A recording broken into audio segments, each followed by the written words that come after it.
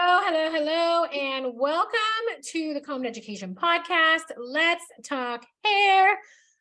My name is Aras Nelson. I am your host. I am your fellow industry colorist, stylist, educator, all of the things. My goal is to help you out in this industry with shit that I have learned along the way. Okay.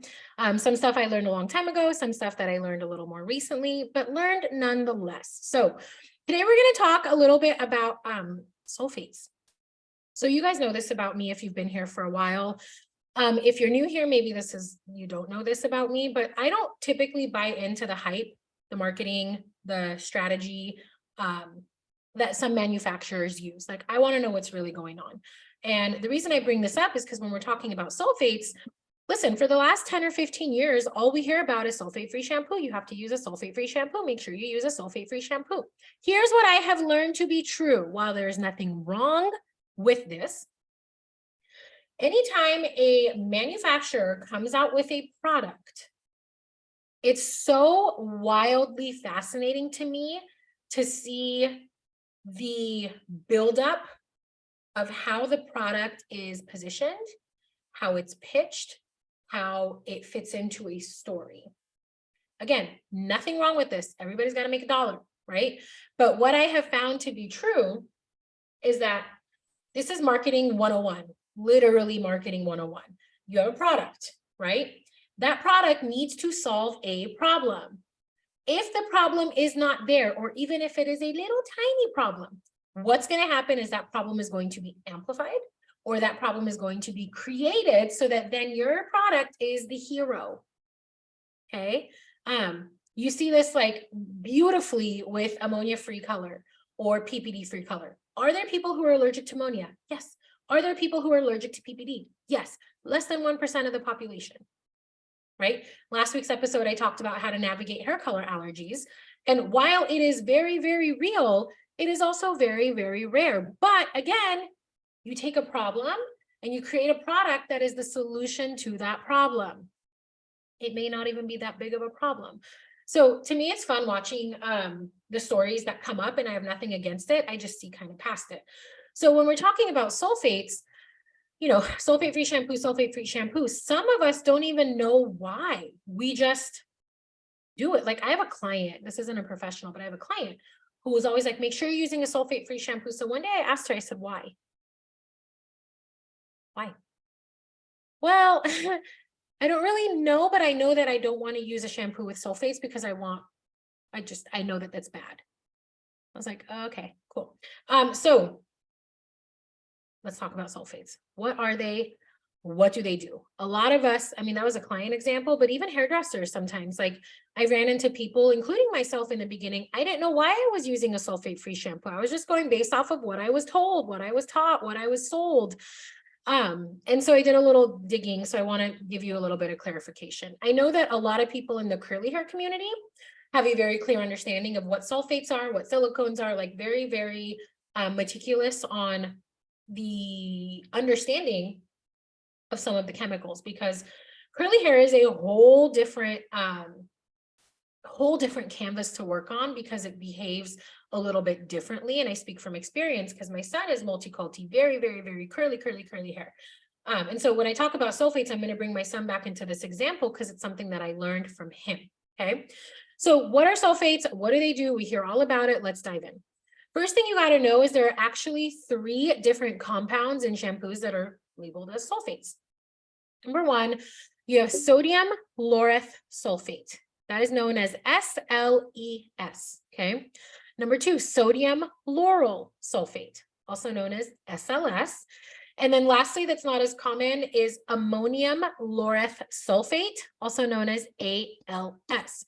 Side note, if you're using a product or a hair color that uses MEA, you want to have ammonium laureth sulfate in your shampoo to make sure you remove that MEA efficiently. Okay, just a little tidbit for you there. So here's when it gets a little interesting, is that if a brand or a manufacturer, there's a product, and they claim to be a sulfate-free shampoo, Essentially, what that means that it is free from one of those sulfates, not all of them. Interesting. It's kind of like, I made an example of this on one of the episodes, like when you are buying food and it says it's fat-free. Okay, but what's in there as well? Yes, it's fat-free, but what's in there instead? Or if you're buying a product that is sugar-free, okay, it may not have this sugar, but what's in there instead? Same thing with ammonia-free hair color, right? Like, okay, it doesn't have ammonia, but what does it have instead? Same thing with sulfate-free shampoo. It doesn't have this sulfate, but which one does it have instead? So just think about it, okay? So what are sulfates exactly? Well, sulfates are actually a group of chemicals known as surfactants. These are in hair color, they are in shampoos, they are in body washes, they are in cleansers, widely used in personal care products, okay? The most common sulfates found in hair care products are SLS and SLES, okay? And just so you know, these compounds are derived from sulfuric acid, and they are typically produced from either petroleum or plant-based sources, okay? A surfactant is a molecule that can attract both water and dirt and oil. So think about the compound, it's got two ends to it, right? The head and the tail. One end is attracted to water. One end is attracted to oil and dirt. So this is important because this is how shampoos and soaps and body washes can separate the dirt and the oil from your hair or your face. And then from one side of that little head and tail, right? One side of it latches on and connects to the dirt and the oil. And then the other side latches on to water. So it collects the dirt and the oil, and then it attaches to the water and allows it to kind of wash off of the hair. Does that make sense? Allows the water to carry it away. So let's talk about the role of sulfates in shampoos. Number one, a sulfate's main role is cleansing. Sulfates have cleansing properties. Remember, I talked about the compound with the head and the tail. It can cleanse and attract the oil and the dirt. Highly effective at removing these oils and dirts and product buildup from your hair and your scalp. So it essentially works by reducing the surface tension of water, allowing it to penetrate more easily and then wash away all of the impurities. The foaming action that the sulfates create also helps kind of like dislodge some debris and buildup, leaving your hair feeling squeaky clean and refreshed. So number one role for a sulfate is cleansing. Number two is the lathering and the foaming, which SLS is like for, right? Like sulfates are what produce that rich, foamy, lathery texture that we see in the commercials, right? Like that just luxurious, bubbly, cleansing, lathering situation, commonly that we associate with shampooing hair. So this attribute gives us, either the client or the hairdresser, this perception of this thorough, deep clean, because, you know, when we wash dishes or when we wash clothes, like the bubbles equal clean. But they don't, but in our head they do. So it gives us that perception and this like abundance of lathering and like ooey goodness can make shampooing feel more luxurious. So I remember the first time I used a facial cleanser that didn't have the bubbling, foaming abilities. It was just like a gel cleanser. And I shit you not, in my head, my face was not clean. Like it didn't bubble. Nope, it's not clean. It was. But in my head, it wasn't. So that's the thing. Like sometimes there are shampoos that are, you know, the types of sulfates that they use don't really lather a lot, or you have to use it a couple times to get a good lather. That messes with our perception. We think the hair is not clean, but it is. It is. So the role of sulfates to clean, cleanse, and then to lather and foam. Now, while I don't buy into the hype of all sulfates are bad, you have to use sulfate free, there is a time and a place where sulfates are not going to be your friend. There are potential drawbacks, but there is also time and a place where sulfates are your friend. So I'm going to bring my son back into the example here. Okay. Like I said, he is multiculti, very curly, coily hair, very low porosity, very dry. Okay. So it took me years. I mean, his hair is short now, but it took me years to understand how to work with his hair to make it look its best. So like everybody else, I was like, okay, they're telling me I need to use sulfate-free shampoo, especially the curly community. I'm going to listen. But here's what you got to understand with what I was doing with my son's hair. And maybe this will give you a little aha moment. He was like 2, 3, 4 years old. I started with shampooing his hair every other day because he had so much hair and I was using so much product.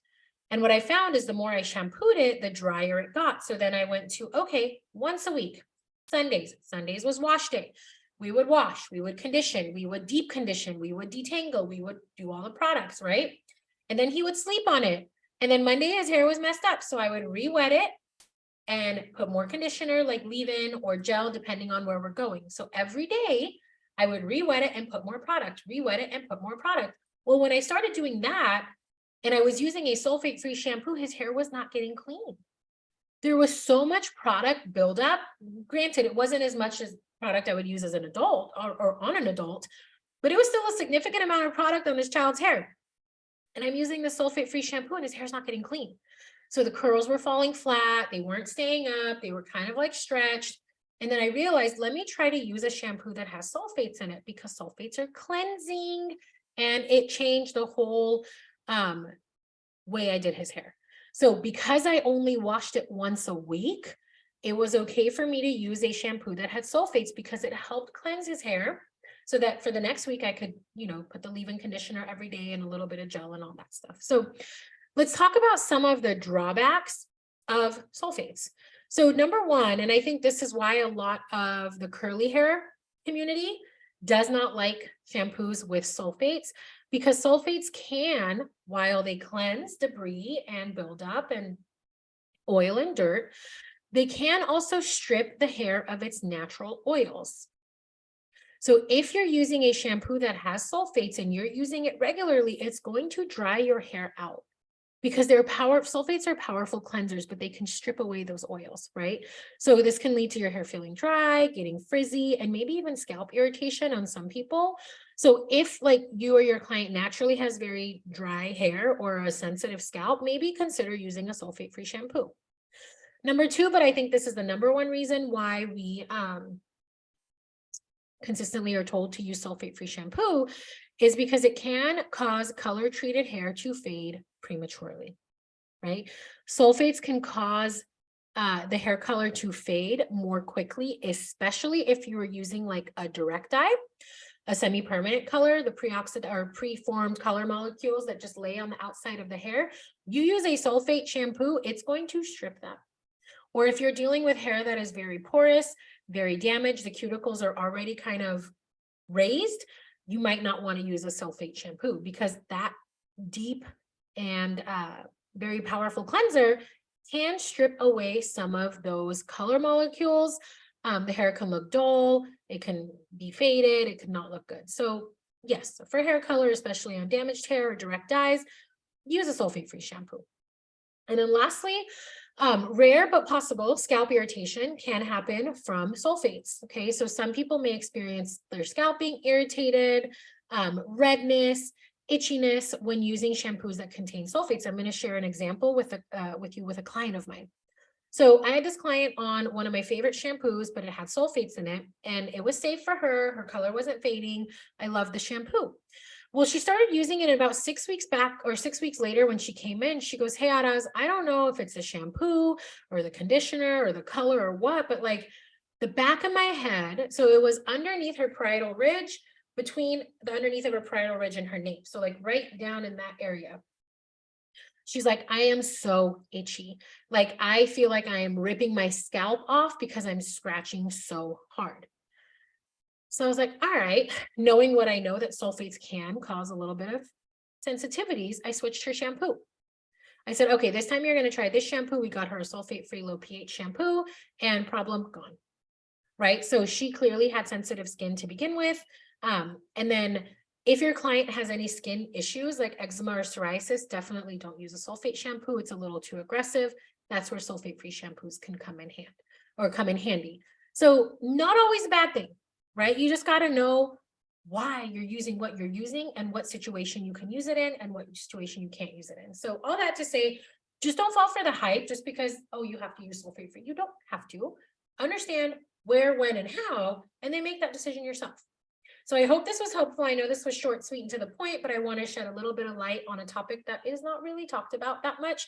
And like I said, I hope this was helpful for you. I'll see you guys next week. hair coloring.